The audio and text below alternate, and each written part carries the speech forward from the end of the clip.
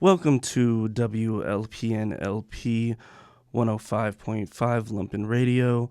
I am Jordan Esparza Kelly, your host on the first and third Sunday of every month at 4 p.m. You are tuning into Frontline Youth, a radio show focused on youth activism and systemic inequities in Chicago and the greater United States. I appreciate everyone who's tuning in. For our 7th episode, I'd like to begin with reading an excerpt from a recent article by Al Jazeera titled, "Shipping Giant Maersk Divests from Companies Linked to Israeli Settlements." Its shipments have come under scrutiny as part of an international campaign led by the Palestinian Youth Movement, a grassroots organization. The group has focused mainly on Maersk shipments of U.S. foreign military sales, but PYM has also researched the transport of cargo from companies tied to settlements.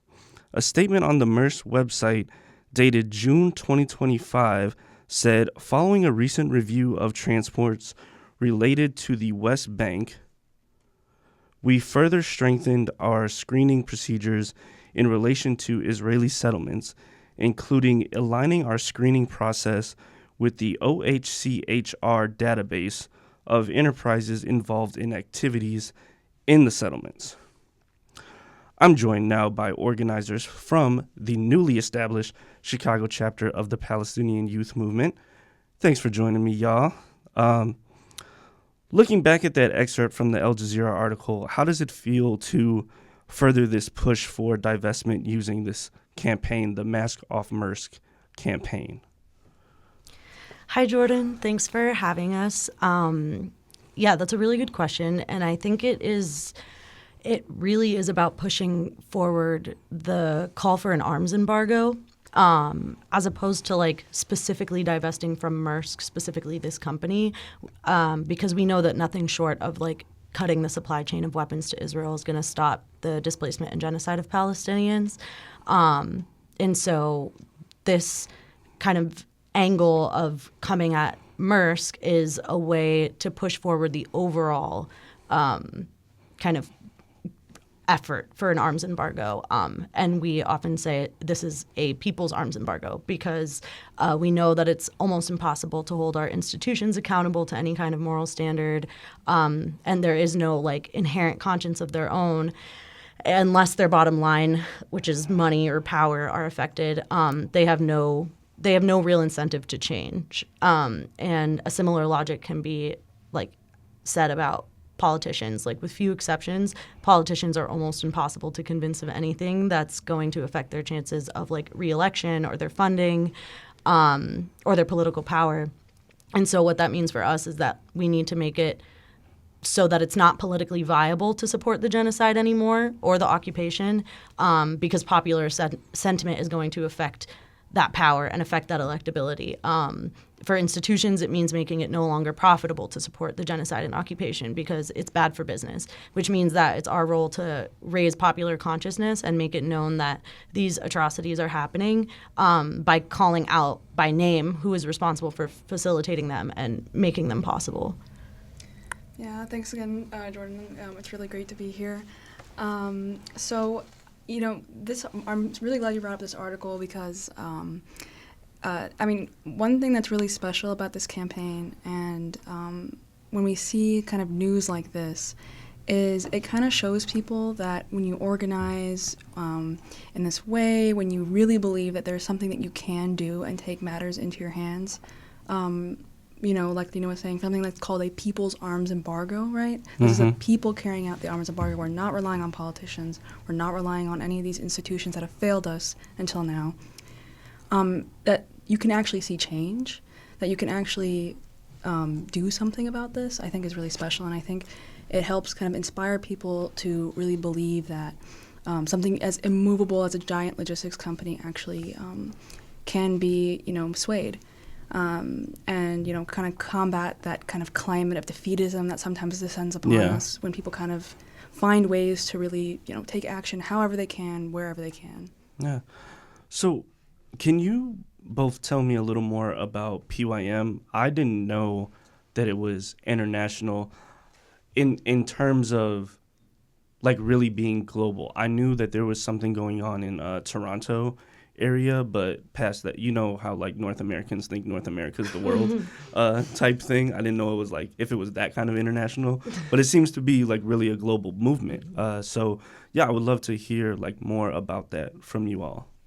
Yeah, I mean, so like for example, us being a transnational organization allows us to take on something like Maersk that has global features, because like it's impossible to talk about logistics without talking about global capitalism and imperialism and just like how entrenched these institutions are. These institutions which are like protected, like national by like national security, like these are sites of national security, right? So like it's these kind of corporations are so entrenched in global capitalism and they exist all over the world, which is very different than, for example, waging like a local campaign against a singular weapons manufacturer. And I think having like a transnational organization really allows us to take this up because we have comrades all over the world who are able to come at the system of logistics from different angles. And the more we pull back that veil, the more we like kind of really understand how it operates, the more it gives us actually like it deepens our understanding of how it is that imperialism operates, and without being in conversation with each other like across the world, we don't really fully even know the extent of it. And yeah, the Palestinian youth movement kind of like definition is a transnational independent grassroots movement of young Palestinians and Arabs dedicated to the liberation of our homeland and people. We comprise 15 chapters across North America and Europe. And yeah, we really do see our role as like confronting Zionism wherever it shows up. And I'll pass it to Dima to talk a little bit more. Yeah. So I mean, one thing that's really special about PYM is it's based specifically for Arab youth. And because of that, we can really situate ourselves as, you know, like we're organizing in our communities with the Arab communities in the diaspora. And that means that we really can, you know, interface with all the members of our community, from like young children to the elderly, which is really fantastic. And we have to interface a lot with our joint struggle partners, obviously, which has been fantastic, especially in a place like Chicago. Yeah. And, you know, we just play a heavy emphasis. We obviously, at the Palestinian youth movement, we place a heavy emphasis on youth in the struggle for liberation, which is really important for us. You know, in general, like we kind of just try to raise political consciousness through things like political education. Like, for example, we have a book club kind of going on right now in Chicago, and that's really special. Lots of people show up to that, and it's been a really amazing space to kind of learn and grow together, which is public. You know, that one is like, you know, we open up to the community and not just Arab youth, but everybody. And even things like cultural work, you know, mobilization, student empowerment. So as an organization, we kind of do whatever we can, like Lena said, to confront Zionism wherever we see it, wherever it pops up. Yeah. One thing that's really interesting, and you've touched on a lot in just a few moments of us being here. You talked about, you know, hurting electability through popular sentiment and things like that, and also this organization being a global organization that is comprised of Palestinians, of course, but also just Arab in general. And one thing that I have personally noticed here in Chicago is that there is a lot of Egyptians like taking place in this struggle. Can you tell me a little bit about how Zionism intersects with Egyptian society, Egyptian politics, and Egyptian life? That's a great question. Well, as a non-Palestinian, I am Egyptian myself. Yeah. So I'm like, do you want to take this? I feel like because you're an Egyptian, I think you should. Okay, Dina is I know. Egyptian. You didn't take it where I thought it was going. I handed it over mentally to Dima a long time ago. Well, we talk a lot about like the regional dimension, right? Kind of like of this struggle. Like it is, you know, Palestine is like where there's a concentration of this violence and of this imperialism. We see like active violent settler movements. We see active genocide happening. But since its inception, like the imperialist effort was toward the entire region. It was like a multinational effort to colonize, starting with Palestine, but not ending with Palestine by any means. And these wars, I mean, speaking about Egypt specifically, but like we could talk about it with Syria, with Lebanon, with Algeria, with there's like no country in this area that it doesn't touch. And I mean, there arguably is no country in the world that it doesn't touch. Right. But even just focused on like sort of these like Arab countries, we know that the leaders of these countries play a huge part in Israel's ability to continue to roll out its settler colonial project. We know that Arab leaders play a huge part in allowing the United States to have access to Israel to continue the supply chain of weapons towards Israel. And we also know that these Arab countries are forced into a state of dependency in order to make it so that they have no other choice but to abide by like imperial interests. So without a doubt, not even getting into the fact that like wars have taken place on their actual soil, that they have had actual, like armies fight in these wars, like Egypt before, the 67 and 73 wars, like those were Egyptian wars as far as Egyptians are concerned, like they're and in terms of identity, in terms of unity, like there is this sense that like those are our brothers and sisters. We are not separate from them. Our struggle is not separate from them. Any Egyptian, the reason why I know about Palestine is because since I was born, my dad has been extremely invested in this issue, has always said that like when you look at a politician, you look at their their politics on this and like where they stand on this, because this is how you really know, anything about their sort of like moral compass. And the older I get, increasingly that seems to be the case. But I've never seen this as separate from being like my issue. Like it's very personal, and I know that also like, they're coming for us next. They're coming for us now. It's all written in their plans. Like there's a very clear way that it requires all of these states to play their role in order for Israel to exist in the way that it does now. We need to have these leaders in compliance with us in a certain way, and we need to have these states in a certain position. And unless all of those things are really coordinated with each other, Israel would cease to exist, right? Like those are the pillars that uphold it. I don't know, Dima, if you have anything to add. I completely agree.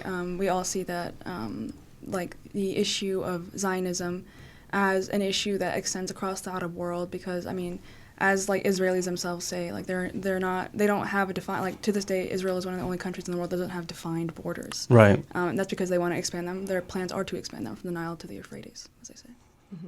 Right, but from the river to the sea is an issue, apparently.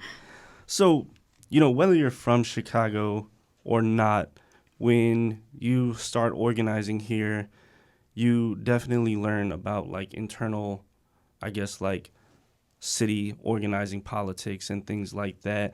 And I know there's been a desire amongst young Palestinians, young Arabs in the city to kind of have an organization that speaks more to perhaps their lane of philosophy in this moment, as opposed to others that have been organizing under the banner of Palestine for a while. So why was it so important right now to build and establish this chapter in Chicago of the Palestinian youth movement?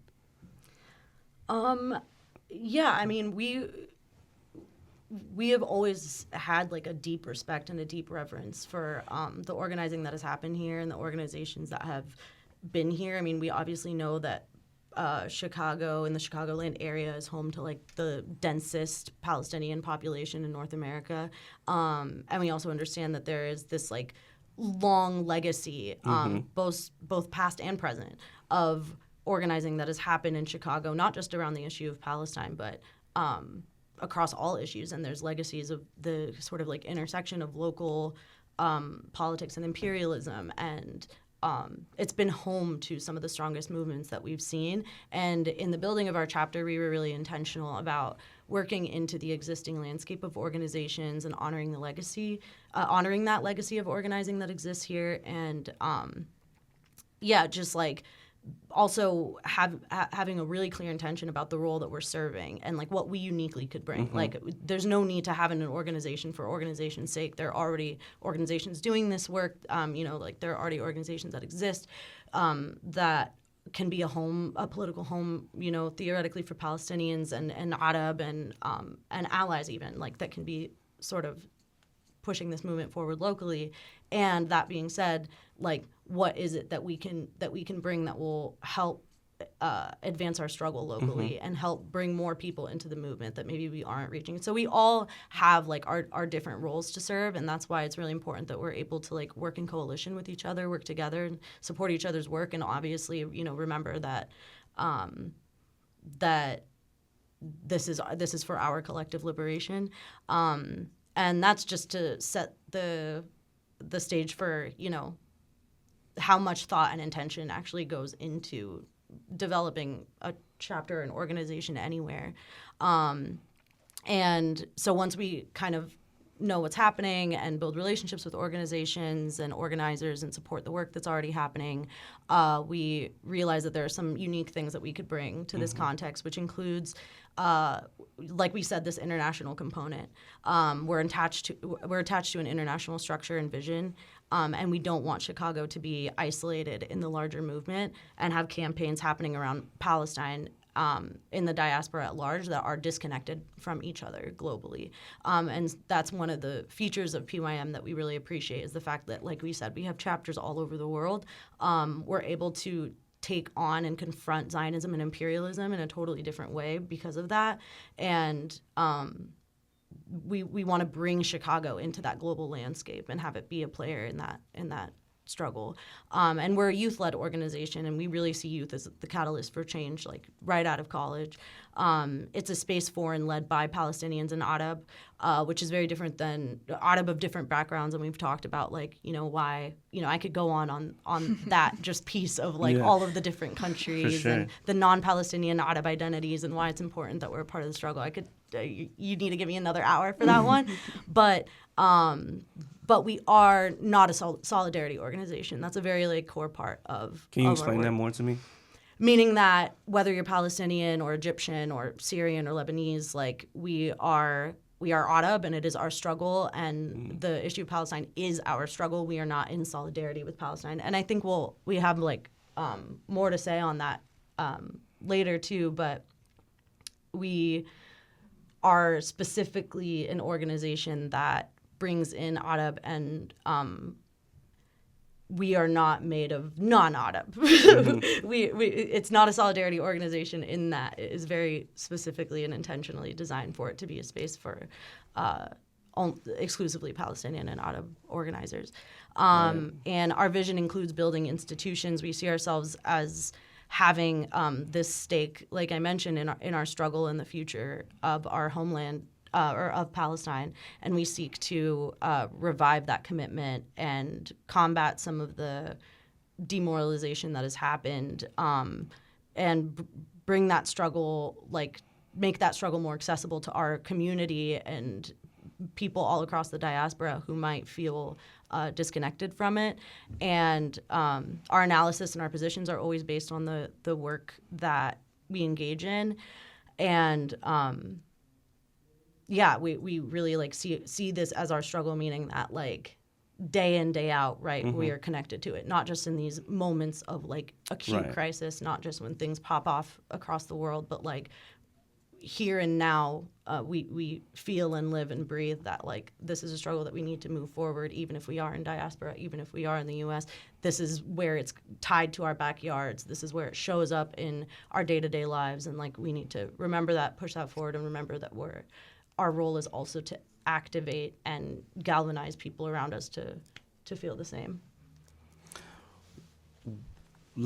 From at least my experience, I think, and when you look throughout U.S. movement history, you kind of see a drop-off of internationalist vision, that kind of leads us to today. What do you think, I'd like to hear from y'all, like, what do you think is kind of behind that, and how U.S. organizations and organizing became so, just centered on this country and maybe the state that they're in and the city that they're in and things like that? Yeah, I think that this in particular, I think when we talk about there used to be like a more strong internationalism here, I think in Chicago in particular, in the 50s and 60s, for example, we saw that with the Black Panthers' relationship with post-revolutionary, for example, North Africa. They were visiting, they had like really good relations with post-war Algeria, which is a huge deal, right? Situating our struggles in the United States in that context is really powerful because it really solidifies the framework that you're using. It really makes things very clear and very sharp in your analysis and your framework. To the extent that that really causes a serious issue for a country like the United States, to see that that seed of anti-imperialism is being, sown within its own soil is very serious, and they understood that in the 1950s and 60s and into the 70s, and that's why there was a very concerted effort to divide people and to make Americans think your issues are not abroad, your issues are here, and your issues are not even, you and your neighbor, it's just you. Right. You should struggle on your own, you shouldn't worry about anybody else. These people are not like you, these people are not from you, don't worry about what everybody else is doing, like, your job is to just focus on, like, you and, like, maybe your family. You know what I mean? And so that was a concerted effort by the part of the United States government, by the CIA, by the FBI. We know this, and we know that they specifically meant to break people up and make them feel as if they were isolated. And that is solely due to the fact that there is a lot of power in international solidarity and internationalism. And so obviously we see the result. We see the results of that here today, and that's kind of like the situation that we find ourselves in, and people returning to internationalism, I think, is really exciting. Most definitely. I think even if I could chime in as a Latin person, I see that work being done by the U.S., when we look at, like, Latinos for Trump, right? And you have this group of people who are anti-immigration for whatever reason and things of that nature. And again, not to, like, North America is the world type thing, but, like, removing them from their Mexican identity, their potentially and other Central and South American identities, to say, well, no, you're not like those people because you're American. You're American now, and, this and that. But also, we have, like, just putrid discrimination in this country, through the color of law, where these same groups of people are never really treated as Americans. They're just told they're Americans, which is unfortunately prevalent sentiment. And as we see with, recent election, some groups are bought into this for whatever reason. Yeah. And I mean, like, reminds me of, like, when a few years ago intersectionality was, like, all the rage, and people were like, your feminism isn't feminism if it isn't also pro-black, like, anti this, pro this. And it's true. I mean, like, people, like Dima said, it's like, it's not just about your struggle is yours, not even you can't even connect to your neighbor, even right. in, like, nonprofits and in, like, the kind of institutionalized I don't know. I don't want to say, like, movement, but for lack of a better word, right? Yeah, like, the nonprofit industrial complex movement. Like there's that movement. Yeah, it exists. But yeah, like, very intentionally, these struggles are all separated from each other, because, like, once you start to see the connections, once you realize that, like, our liberation mutually necessitates each other's, that actually the more that you understand your own,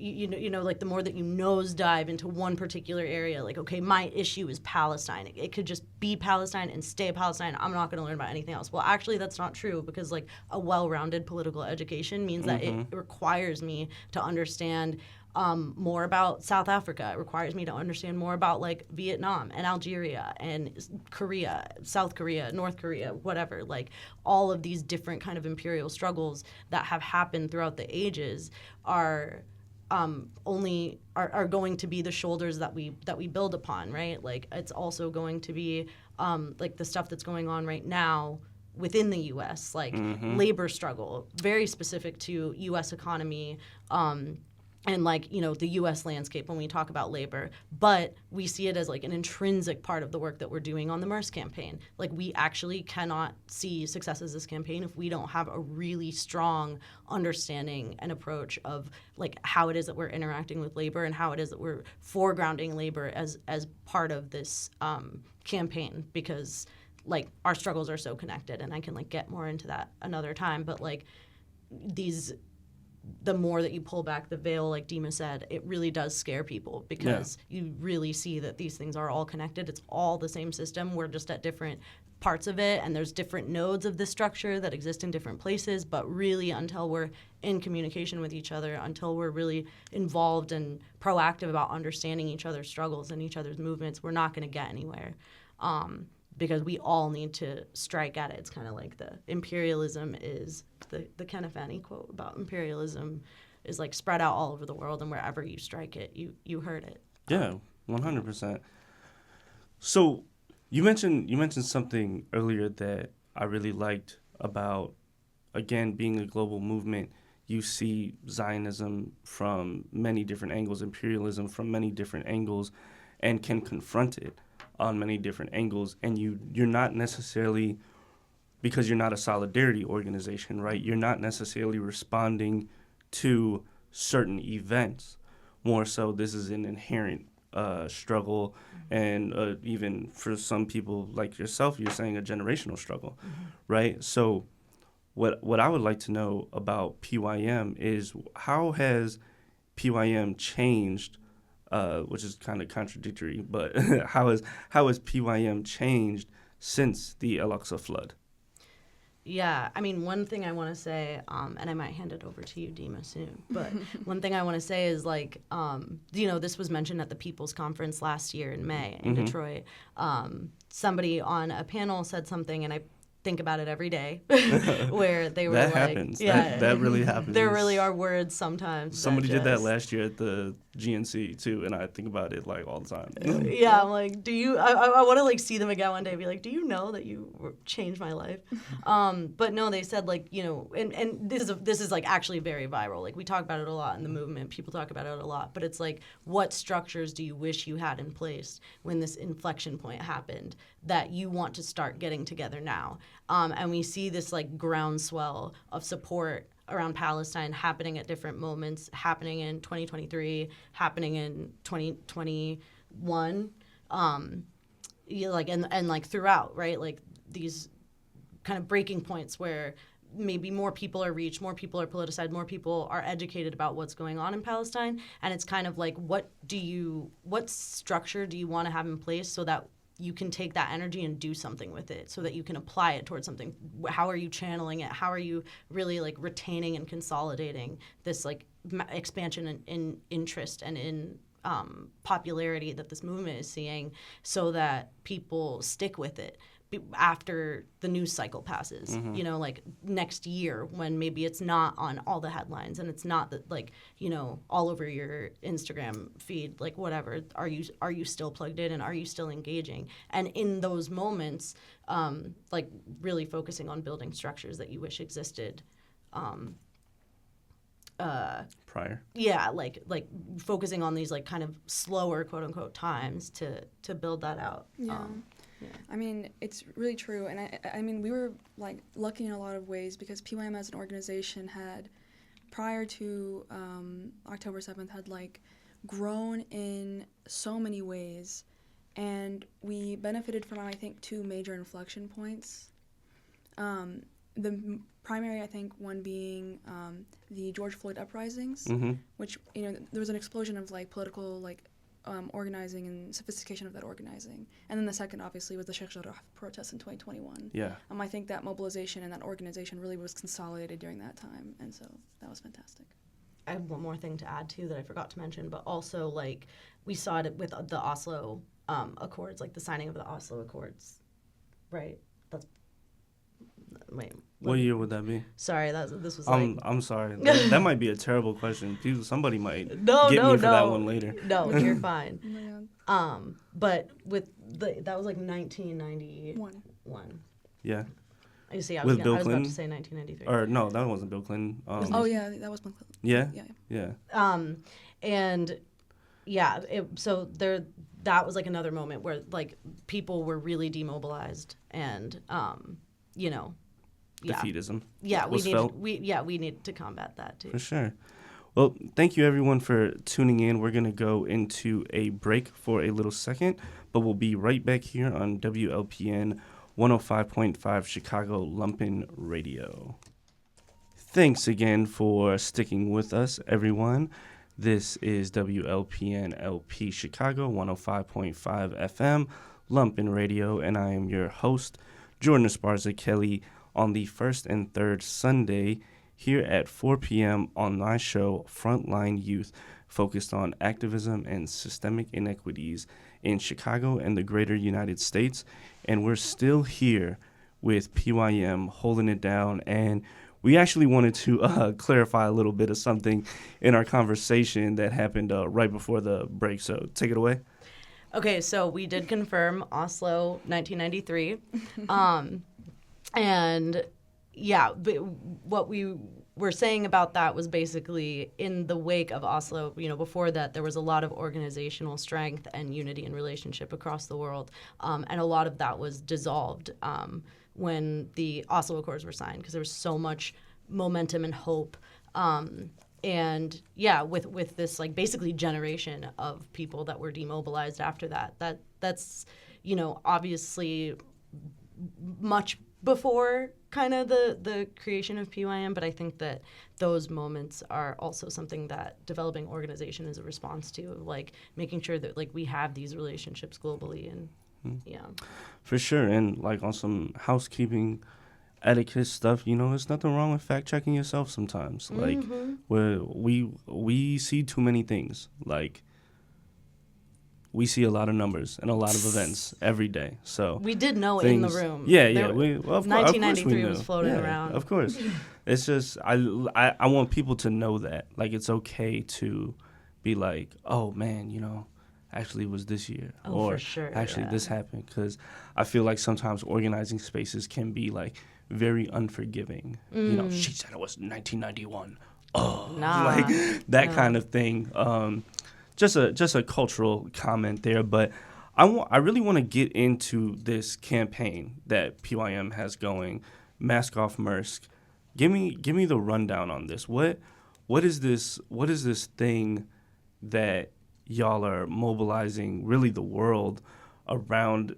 And this company, for those that don't know, I'll probably set you up nicely to segue from this, but is a huge logistics company. And just to put in perspective, in the past few months, I have been to Florida, New Orleans, and back to my hometown of Waukegan. And I, before this campaign, had never heard of this company, never seen this company, nothing. Found out about this campaign when I was in Florida, saw their trailers, whatever you want to call them. When I was in New Orleans, which is a huge port city, I don't know why I didn't think about that before I went there, but it's a huge port city. Maersk containers everywhere there. And then in the port of Waukegan, where I was just at visiting home, Maersk container there. So this is a huge company. Tell me how you guys are really, interfering with their aid to the genocide. Yeah, I mean, one thing is that, like, it is really important to respond to a specific moment in a specific way. And so when it became clear that, like the Zionist entity is, like, pursuing this long-term war, right? Like, obviously things were still in flux right after everything sort of started.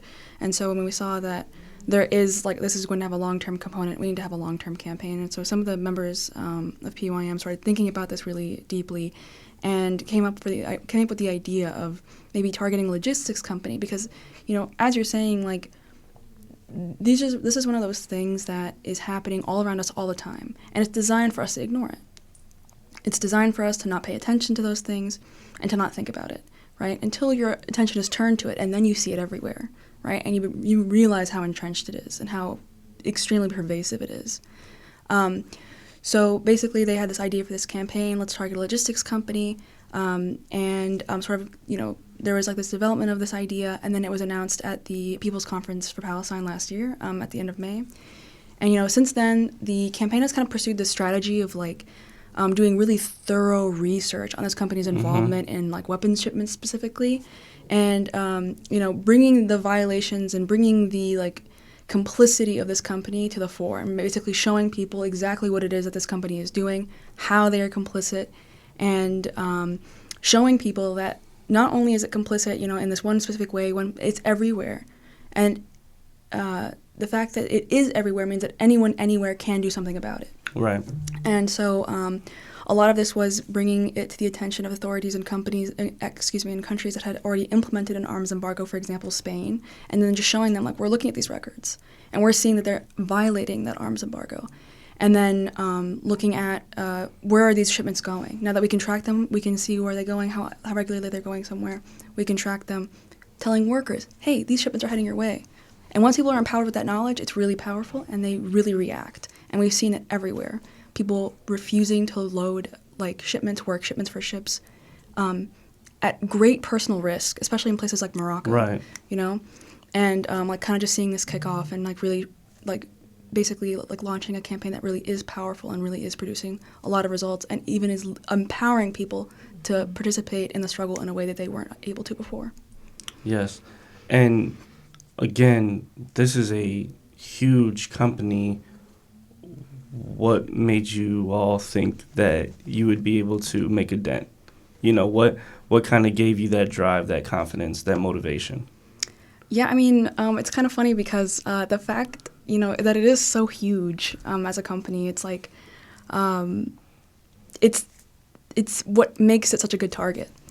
So, wherever Maersk is, and that's everywhere, you can attack them. Like, you can get at them. You know what I mean? And it's a as a shipping company, right? It makes it a really good target because the vast majority of their business is e-commerce, right? They're not going to go under because they decided to stop shipping weapons, right? Unlike, for example, targeting a weapons company where that's literally their whole deal, right? They have a lot of incentive to just ignore you and not listen to your demands. Whereas a shipping company, no, if you got rid of the weapons shipments, you guys would still be doing great. You would still be a multi-billion-dollar multinational corporation. So definitely not like a world-ending loss for a company like Maersk. So it makes them a really good target. Their size, actually, we can use it to our advantage in a campaign like this. Yeah. And you mentioned the People's Conference that took place last year, where this campaign was announced there, right? So we're coming up on the next one. So it's been less than a year, and you all have already seen some wins, right, with this campaign. What is that felt like? I mean, we read an excerpt from the Al Jazeera article earlier. What put that into perspective for us? I mean, I when this campaign first launched, it was definitely presented as like, this is a protracted, long-term campaign. This is a multi-year campaign. This is not going to happen overnight. You're not going to see these wins overnight. Even just the ways and like the depth at which like logistics is entrenched in our day-to-day lives, like Dima said, like that alone takes so much time to uncover. And like the more this research has unfolded, the more people have also learned things that they just didn't know before.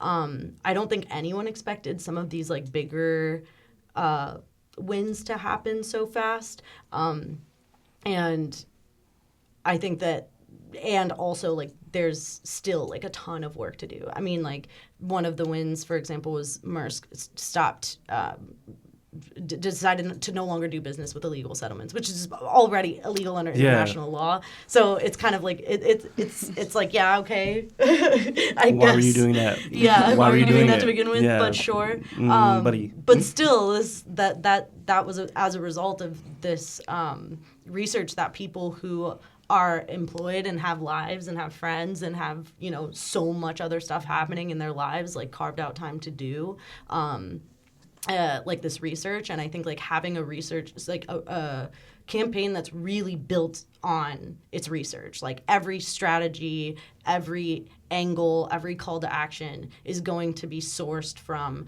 really in-depth, thorough research that people are doing. And I think that that also kind of like continue. I'm like forgetting what your original question was, but I think that's also just a unique feature of the campaign that really excites people and agitates people, is because it's real. These things are real, tangible. And, tangible, and like countries are responding to it. And I think that that's also like why it's so appealing, is that people are distraught and they're sad and they feel helpless and they feel like they can't do anything and they're just watching the world burn. And it's like, actually people just like you who feel all of those things too have done this research that has actually made like Spain, the entire country of Spain, now sue this corporation for violating its arms embargo. And actually Israel is like also suing Spain, right? Like The United there's, States is suing Spain. The United States is suing Spain. So yeah, we're seeing like a crisis in empire unfold as a result of young people who just care a lot making the time to do something. And I think when we reach our communities and we reach new people, and obviously this is a very advanced campaign, like, and to what you said about like, you know, on it's okay to make mistakes and like, you know, not be so hard on each other about it. We want this to be accessible to communities that might not be politicized around all the things that we're politicized around.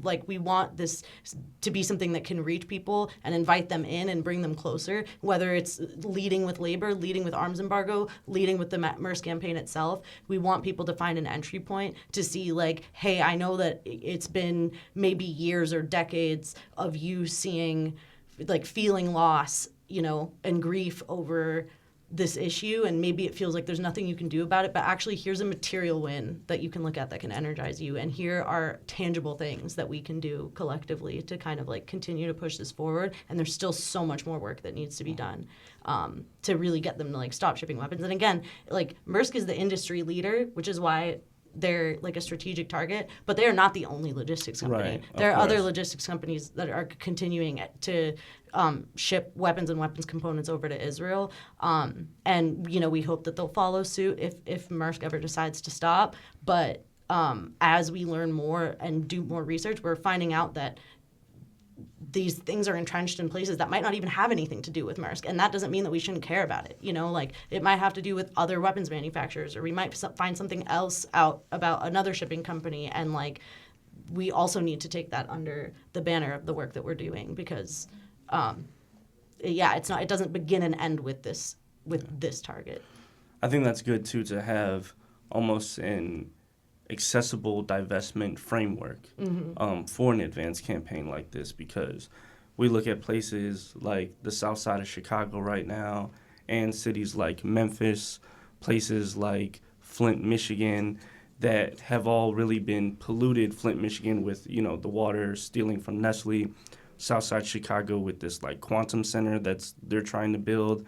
And then you have Memphis, where apparently that's where they're housing like the Grok Twitter AI thing, and now the water is like completely contaminated there. So it's like, I think you all are building a framework that's going to be accessible for people to, you know, place where they need it to be and attack their own strategic goals, which, you know, is just the gift that keeps giving. I mean, on that note, actually, like even locally, talking about Chicago specifically and how that looks in the Maersk campaign, we know that Chicago is an inland hub for logistics. We know that it is absolutely required for anything to move from one endpoint to another. They're probably going through, I think it's like 25%? 25% of all rail freight passes through Chicago, and 50% of all intermodal. Yeah, all domestic rail freight. Domestic and So, like, super critical. And that being said, like, there's also pollution that happens as a result of logistics continuing to build out its presence here. So people's like ability to move around their neighborhoods, communities, like are upset about the construction that's constantly happening in their backyard. The air quality is severely affected in places like Joliet and Will County, where there's a high concentration of logistics because they continue to build. And so it's not just like, are you politicized around Palestine? Do you care? These weapons are going to Israel. It's also within your own community. You are tangibly feeling the effects of logistics through, and like agriculturally, our agricultural systems and like people's ability to be food sovereign, hugely impacted by logistics and by the decentralization of food production.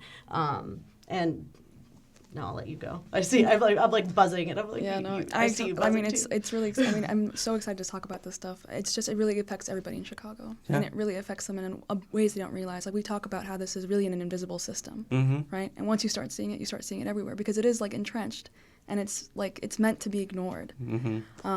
So yeah, definitely like when it comes to the invisible ways that people are affected by logistics, I think when they learn more about it, it definitely inspires them, and it definitely like makes them kind of wakes you up to the world around you. And even doing research into it, like all the teams that have been doing research into MRSC, like you said, it's the gift that keeps on giving because once you understand these systems that you've been taught to ignore and that they're hoping that you will ignore, you notice how everything is interconnected and how all of these things lead into each other. And when you understand this framework more, you start to really see how fragile that system is and how you can really target it in a lot of ways.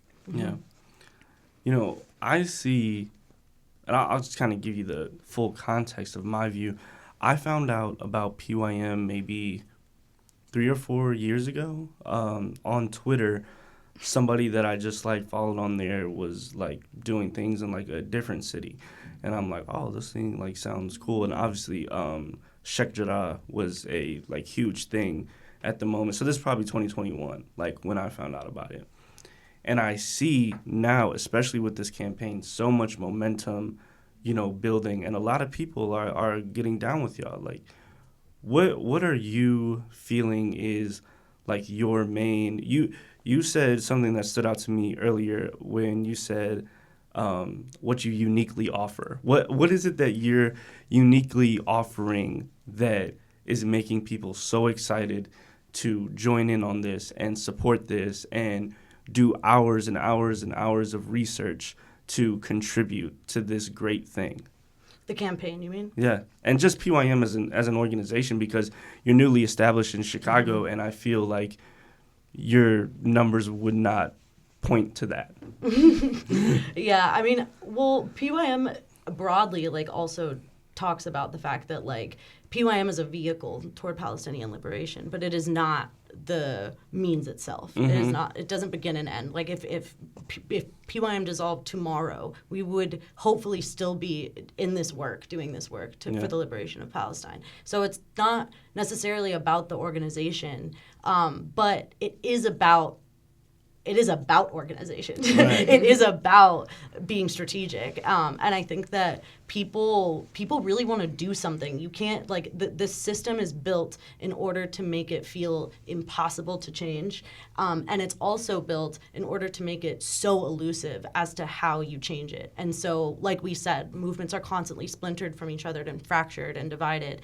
And when you have a home where some of that work can take place, where someone can tell you something that, like, you can't just go to any one individual and say, hey, it's incumbent on you to figure out exactly every way that your day-to-day life you may come across something that's complicit in this greater war crime. And, like, you as an individual just work on your consciousness, and we all work on it separately, and then we come together and we're able to, like, you know, like it really requires like a collective effort from beginning to end, and we all need resources. We all need to grow and develop and sharpen our political analysis and our practice and our discipline to show up every day and do work, that the work that's, you know, not super appealing, the work that's really boring, the work that might not, you know, scratch the itch that we have for like immediately doing something, but it ultimately helps raise our collective consciousness.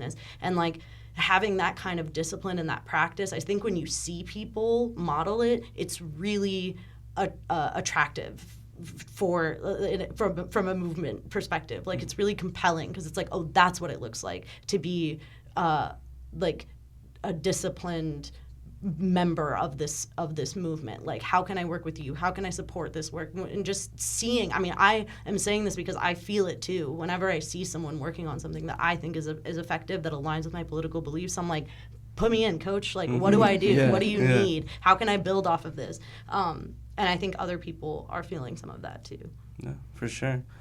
Now, we're coming up soon on the next People's Conference. Is that the full name? People's Conference? And the People's Conference for Palestine. People's Conference for Palestine, which your group is a huge, advocate for. And from my understanding, it is pretty much a gathering of, like you said, Palestinian and out of, like, in general, right? But it's not exclusive to that, correct? No. Yeah, it's right. open to everyone. So what can you tell us about, what people can really gain from these kinds of organizing efforts and just the knowledge that's dropped there? I know last year I tuned into, I believe his name is Rashid Khalid, the author. Oh, yeah. 100 Years of Palestine had like a segment there that I watched on YouTube. So this is also available for people like online, but I'll let you all who know more about it than me tell the people a little bit about these efforts and gatherings. Yeah, I mean, those YouTube videos do exist online of like the recordings of the plenaries from last year, and I really encourage people to listen to them. They were super good. There were multiple things that were said on panels, some that were more popular, some not as much, but that stuck with me till now.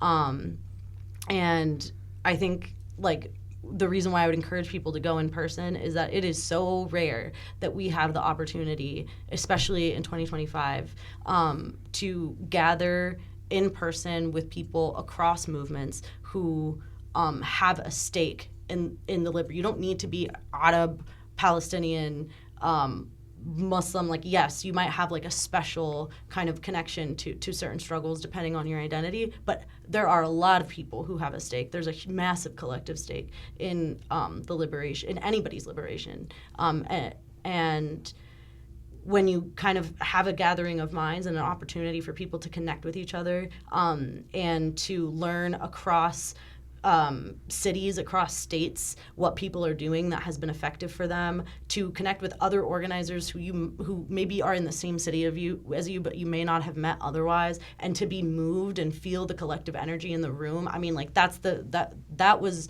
a really important part of, like I said, Oslo kind of demobilized a lot of people. There were a lot of people who saw that and who were demobilized and came to the conference last year and were like, are you going to do another one? You know, like, really felt energized and like awakened by this. And so there's something to be said about just the energy of that gathering by itself, not to mention the actual tangible resources that you can walk away with through conversations that you have with people after and between plenaries, and the people that you can meet who could become a huge part of your organizing. And it's a really important part of relationship building, of learning, and of learning as a collective, being able to discuss with the people who you attended the conference with what it is that you learned and what you're taking away and how you want to apply it to your local context.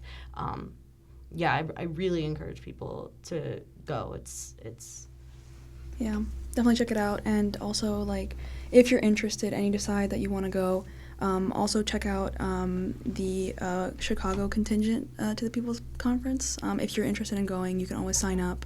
And we're going together, and we can also, like, convene together if you're wanting to go. So check out at PYM Chicago on Instagram. You can check out our People's Conference contingent coming specifically from Chicago. And this is a little off course for our conversation, but not too much. But one thing that I've been asking a lot of people lately is, what is one book that really changed like your mindset around organizing and like your political compass? Well, I just want to mention real quick that the conference also, I never said, was August 29th to 31st. So put that in your calendar. That's Detroit or the Detroit. Palestinian capital of Dearborn?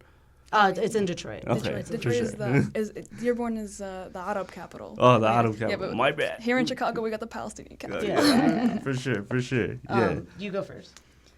I think for me, for political organizing, I can't say that I'm like the most like well-read, but I think for me, especially as a Palestinian person, I think a huge like impact on me was reading the Guide for Liberation of Palestine. That's a guide that I think really sets the tone for like what it means to really be to think seriously about what, like a framework for liberation, for national liberation, and especially because, as we were saying earlier, like as an Arab person in the diaspora, as a Palestinian in the diaspora, like I don't see myself as someone separate or in solidarity with my own people. Like I'm a Palestinian of my own people, with my own people, and to think about myself in that context, as an organizer in that context, I think that's one of the most impactful reads I've ever looked at. I mean, yeah, I have to agree. That one is pretty solid. I would say if I had like a Bible for Palestinian organizing, it'd be that. But other books that politicized me, like the autobiography of Malcolm X, not to be corny, but That's a good that one. was a banger. Yeah, that was really good. And we gotta mention the Trinity of the Fundamentals. Yeah, Trinity of Fundamentals, I think also is like really huge. That book, especially because that's somebody who really sacrificed Yeah. basically everything, like your own life, because with the person who wrote it was basically writing sort of a fictional autobiography, like a fictionalized autobiography, and so like to give up your own freedom without having, like, he was not arrested, he was giving up his freedom in a safe house, and he was going from safe house to safe house, and essentially saying that like for 9 years you are on the run and you do everything exactly as you're told, in service of your organization, in service of your people. I think that's really, really, really powerful. Yeah, it's Trinity of Fundamentals by Wissam Rafidi, and I think even just like the context of how that book is written, and it's something I encourage everyone to like look up and learn more about, the context in which that book was written, the way that it was like basically smuggled out of prison. Yeah. This book and this like narrative, it in and of itself is just like an act of really emboldened resistance, dare I say, to definitely. like very oppressive structures, and also it's just like reading about the life that this guy lived and like what he gave up, and kind of also something that I really love, it's like a pull quote from this book is like, the revolutionary still needs bread, still needs water, still needs love. That's not the quote itself, but it just is a reminder that like we are all humans. Like even the people who have the best politics that who have the best discipline and the best practice that we all need to eat. We all need relationships. We all need certain things. And so it's like seeing this character kind of like go through negotiating those needs and the tensions that come up against like his commitment to the struggle and to the revolution, it's so like human, and it's such an intimate kind of like portrait. So yeah, I really encourage folks to read that. For sure, yeah, definitely. Those are some great picks, but thank y'all so much for joining me today. Thank you so much for the conversation, y'all. Check out the Palestinian Youth Movement wherever you may be, where you're listening to this. Like they said, they are a global movement for Palestinian and Arab youth. If you fit that description and you would like to help out and lend your time, energy, and hands to your people, this is a great organization to get involved with. And I appreciate your time. I appreciate the conversation, and I admire the work that you all do. So thank you. This is Jordan Esparza Kelly signing off on WLPN LP Chicago 105.5 FM Lumpen Radio on this episode of Frontline Youth, and I will see you, you will hear from me on the first Sunday of August next. Thank you.